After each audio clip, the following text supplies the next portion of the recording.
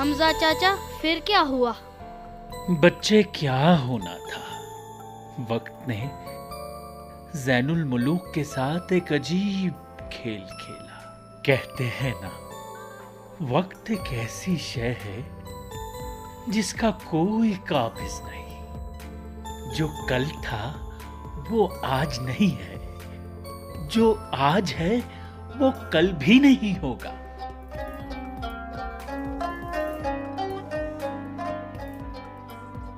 वज़ीर आज़म, आपकी राय में शहजादे की परवरिश के लिए कौन सा मुकाम मुनासिब रहेगा? मेरे ख्याल में शहर इसार का मुकाम मुनासिब होगा। मगर आलीजा, शहर इसार पर तो हमारे दुश्मनों की नजरें लगी हुई हैं। वहां आए दिन कई साजिशें होती रहती हैं। आलीजा, मेरे ख्याल से शुमाल की वादी मुनासिब है, जहां कुदरत की सारी नियामतें आम हैं।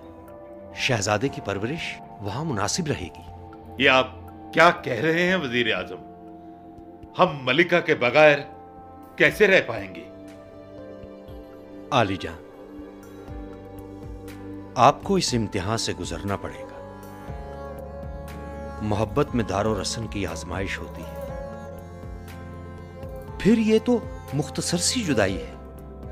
18 साल की मुद्दत मुख्तसर नहीं होती वजीर आजम। जहां पना, हमने एक ऐसे किले का इंतखाब किया है जो किला हमारे इस महल से किसी भी तरह कम नहीं। हाँ, ये तजवीज ठीक है। तो फिर आलीजा, मलिका आलिया आज ही शहजादे के हमरा वादी सदाबहार के लिए रवाना होंगी। इंशाअल्लाह, लेकिन इसमें कोई कोताही नहीं होनी चाहिए। हम इस कारवां को दूर से ही गुजरता हुआ देखेंगे। चंद के बादशाह ने टाला उस माँ को शहर से निकाला। पांचों शहजादे उम्र के हिसाब से बढ़ते गए और ताजुल मुलूक के बारे में शहनशाह आलम बहुत फिक्रमंद होने लगे। लेकिन सितारा बीन की वो पेशनगोई उसके मन में घर कर गई थी। बस वो अपने बेटे को देखने के लिए तड़पता था, तरसता था, लेकिन अपने दिल पर काबू रखने के लिए मजबूर था। हाँ,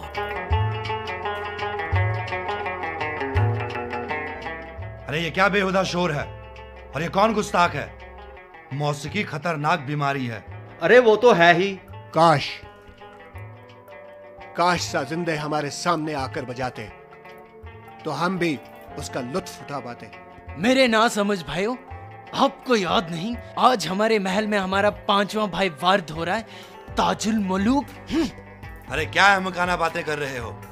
अभी वो दूध पीता बच्चा है और अभी 18 साल कहां गुजरे हैं। अरे हम कैसे भूल गए कि बाकी बच्चे भी बड़े हो जाते हैं। काश हमारा बचपन कायम रहता, कितने मजे के दिन थे। हाँ, हम भी तो कितनी जल्दी बड़े हो गए। इतने बड़े हो गए हो तुम लोग, लेकिन अभी भी बच्चों की तरह हंसते हो। तो बच्चों, इसे कहते हैं मनशहे इलाही। जो अल्लाह को मंजूर था बस वही हुआ। 18 साल की उम्र का खूबरू जवान, जिसका नूरानी चेहरा था, कद शमशीर था, लेकिन ज़ैनुल मुलूक उसकी एक झलक पाकर अपनी बीनाई से महरूम हुआ। पीछे हटिए। शहजादे, आप आगे मत बढ़िए, जहां पनाह आ रहे होंगे। है गुस्ताख, हमें मत रोक। हमें क्यों डरा रहा है? ऐ नूरे चश्मे जहां पनाह, आगे मत बढ़िए। खुदा के लिए आप आराम गाह में चले जाएं। हम अपने महल को देख रहे हैं। आखिर इतने सालों के बाद हम अपने महल में लौटे हैं। एक दिन बस एक दिन बाकी है। आप 18 साल के हो जाएंगे तो फिर जी भर के देख लीजिए जहां पनाह को। हम नहीं मानते इन फरसुदा बातों को। आप पीछे हटिए। अगर आप पीछे नहीं हटेंगे तो खुदा कसम नहीं हम आपकी जान ले लेंगे। नहीं, बेशक आप मेरी जान लीजिए, लेकिन खुदा के लिए आप अपनी आराम गाह में चले जाइए। आखिर कब तक हम अपने वालिद मोहतरम की नजरों से दूर रहेंगे? बस एक दिन की बात है। सितारा बीन ने सख्ती से ताकीद की है, वरना हम नहीं मानते ये बहुतान। क्यों रहे हम उनसे दूर? क्यों? आखिर हम उनके नूरे चश्मा हैं। क्योंकि अगर 18 साल से पहले उन्होंने आपको देख लिया तो कयामत होगी। खुदा ना करे जहां पनाह की आंखों की बीनाई चली जाएगी। शहजादे, हम नहीं मानते ये फरसुदा बातें।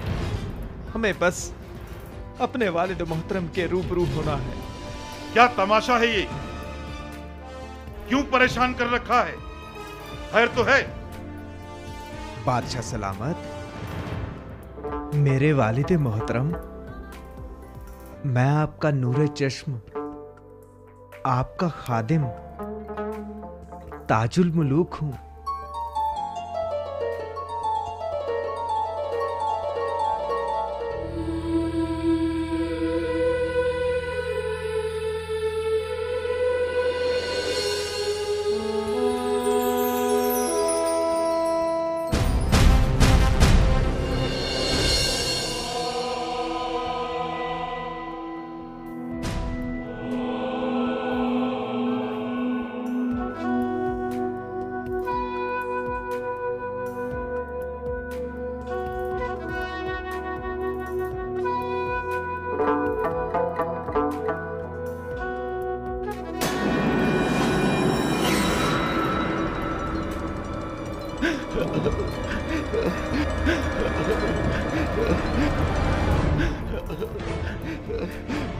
या अल्लाह, हमारी आंखों का नूर खैरा क्यों हो रहा है? कोई है। हम अपनी आंखों की नींद से महरूम हो गए हैं। ऐ सितारा बीन, हमें बचाए। सितारा बीन, हमें बचाए। हम अपनी आंखों के नींद से महरूम हो गए हैं। नहीं अब्बाजान, अब्बाजान, अब्बाजान, अब्बाजान।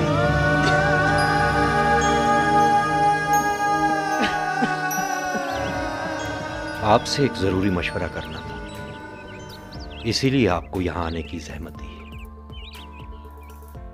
ये हमारी खुशनसीबी है कि आप हमारी हौसला अफजाई करते हैं और हमें सलाह मशवरे के लायक समझते हैं।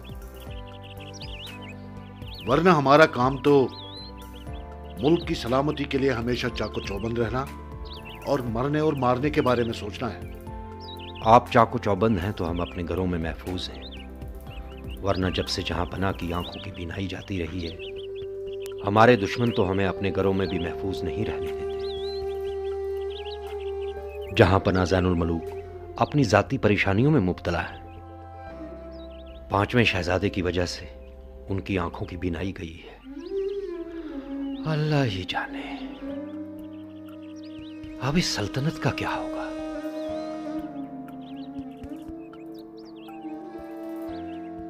हमने कई बार जहां पनाह से मिलने की ख्वाहिश जाहिर की, पर उन्हें कभी फुर्सत ही नहीं। वो सब कुछ शहजादों के हवाले करके, हुक्मरानी तर्क करके खलवत नशीन होना चाहते हैं। इस बात का इल्म हमारे दुश्मनों को है। वो इस बात का फायदा उठाकर मुल्क में अफरा तफरी फैला सकते हैं। खासकर गफूर सहराई जैसे शातिर कबायली सरदार की नीयत ठीक नहीं है। उसने शुमाल मगरिब में अपनी ताकत मजबूत की है। हमने गफूर सहराई के बारे में बहुत कुछ सुना है। उसने लूट और दहशत से काफी मालो दौलत कमाई है। हमारे मुल्क के कुछ असला साज शहर छोड़ के उसकी फर्मा बरदारी में लगे हैं। शहर में लोहारों की कमी की यही वजह है। हम चाहते हैं कि आप कुछ फौजी दस्ते लेकर हमारे हमरा शुमाल मगरिब की किसी सैरगाह में कयाम करने जाएं। वहां हम गफूर सहराई को मदऊ करेंगे और उससे सुलह सफाई करने की कोशिश करेंगे, और हम चाहते हैं कि ये काम जल्द अज जल्द हो। हम आपकी बात से इत्तेफाक करते हैं। जंगो जदल से बेहतर है कि हम बेगुनाह अवाम का खून बहाने के बजाय दुश्मन को भी अमन के रास्ते पर लाएं। इस बात का बंदोबस्त मैं कल ही करता हूं। इस वक्त हमें इजाजत दीजिए। अल्लाह निगहबान। अल्लाह निगहबान।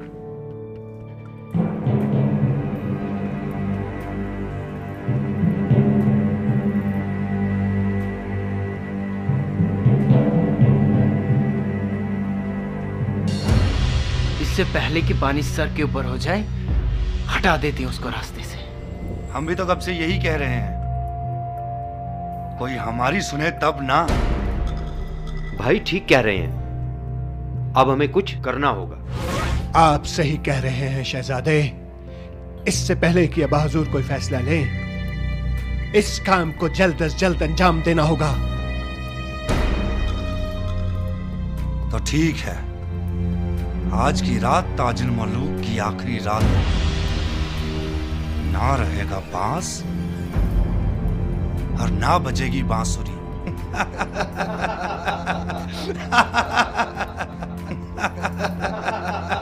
होता है वही खुदा जो चाहे,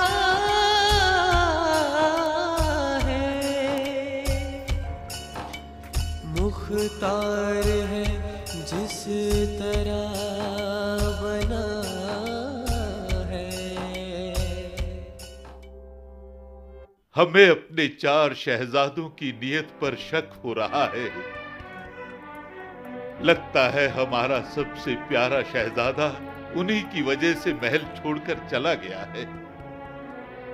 बिनाई हमसे दूर नहीं हुई, बिनाई हमारे शहजादों की आंखों से रुखसत हो गई है। कितने लाचार हैं हम। आप ये परेशानी अपने दिल से निकालिए। अल्लाह ने चाहा तो हमारे यही शहजादे आपकी बिनाई वापस लौटाने का कोई ना कोई रास्ता जरूर निकालेंगे। आपने आज तक सबकी खैर चाही है। अल्लाह मेहरबान, हमारे शहजादे जल्द अपने भाई को वापस बुलाएंगे। हमसे जरूर कोई गुनाह सरजद हुआ है जो हम भूल बैठे हैं। हमारी सल्तनत के घर घर में हमारी नाइंसाफी की बातें हो रही हैं। वो सोचते हैं कि हमने शहजादे को मुल्क बदर किया है।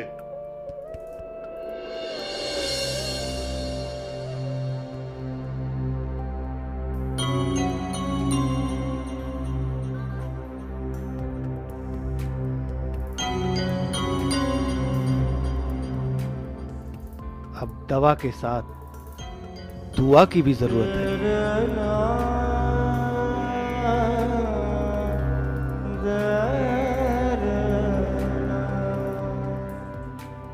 जहांपना, ताजुल मलूक के साथ नाइंसाफी हो रही है।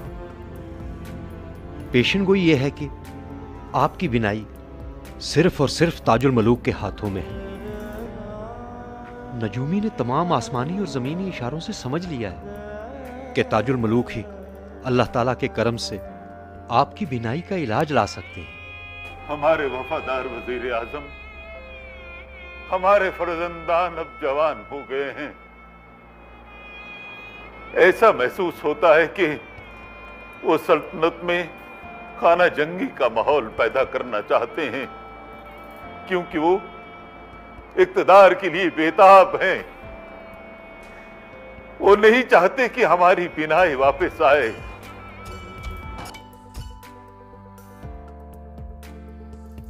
मल्लिकाए मौसमा, मेरी फहम और मेरी हिकमत जवाब दे रही है। मेरी जुबान में वो ताकत नहीं कि मैं अर्ज करने की जसारत कर सकूं कि मुझ अदना हकीम से कुछ भी नहीं बन पा रहा है। मेरी सब की सब दवाइयां नाकाम हो गई हैं। हकीम लुकमान से लेकर आज तक इस मर्ज़े ला इलाज के लिए जो भी हिकमत तजवीज की गई थी, वो आली जाह की बीनाई वापस लौटाने में कामयाब नहीं हुई। आपको कोई और तदबीर करनी होगी। मुझ अदना हकीम को माफ करें। अगर और कोई तदबीर है तो हमें बताइए। हम अपनी सरताज के लिए अपनी पूरी सल्तनत तो क्या, अपनी जान तक कुर्बान कर सकते हैं। बताइए, बताइए ऐसी कौन सी तदबीर है जो हमारी तकदीर से लड़ सकती है। हमारी सल्तनत में कई राज हाय पिन्हा है जिनका हमें फायदा उठाना चाहिए। ऐसा ही एक राज है कि हमारी सल्तनत लाहद में एक ऐसा शख्स है जो हजारों साल से चुप है। उनकी उम्र का किसी को अंदाजा नहीं। वो इतने ही कदीम है जितने हमारे आसारे कदीमा हैं। मेरी तारीख कोहना में दर्ज है कि इस बुजुर्ग ने हजरत ईसा को भी देखा है। ये बुजुर्ग कुछ ऐसे राज हाय पिन्हा से बाखबर है जिन तक हमारी अक्ल की रसाई भी नहीं। ये कैसे मुमकिन है कि साल सल्तनत की निगरानी करने के बावजूद भी ये बुजुर्ग हमारी निगाह से दूर रहा। बताओ, कहां मकीन है ये दुनियाए राज? जहां पना वो शहर से बाहर कोहे बेशजर में एक नदी के किनारे एक गार में मकीन है। वो सिर्फ सुबह और शाम के वक्त बाहर निकलते हैं। अगर अल्लाह ने चाहा तो वो अपनी खामोशी तोड़कर आपकी बीनाई वापस लाने के इलाज की निशानदेही कर सकते हैं। हम जरूर इस अजीम बुजुर्ग के सामने दामन फैलाएंगे। हमारी बिनाई ही हमारी सल्तनत के अवाम की ताकत है। हम इसके लिए कुछ भी करेंगे। वज़ीर आज़म, उन बुजुर्ग को बाइज्जत व एहतराम दरबार में आने की दावत दी जाए, मगर याद रहे उन्हें कोई तकलीफ नहीं होनी चाहिए। उन्हें पालकी में बिठा कर लाया जाए। आपके हुक्म की तामील होगी। कहाल पीर दरी ईसा की थी उसने आंखें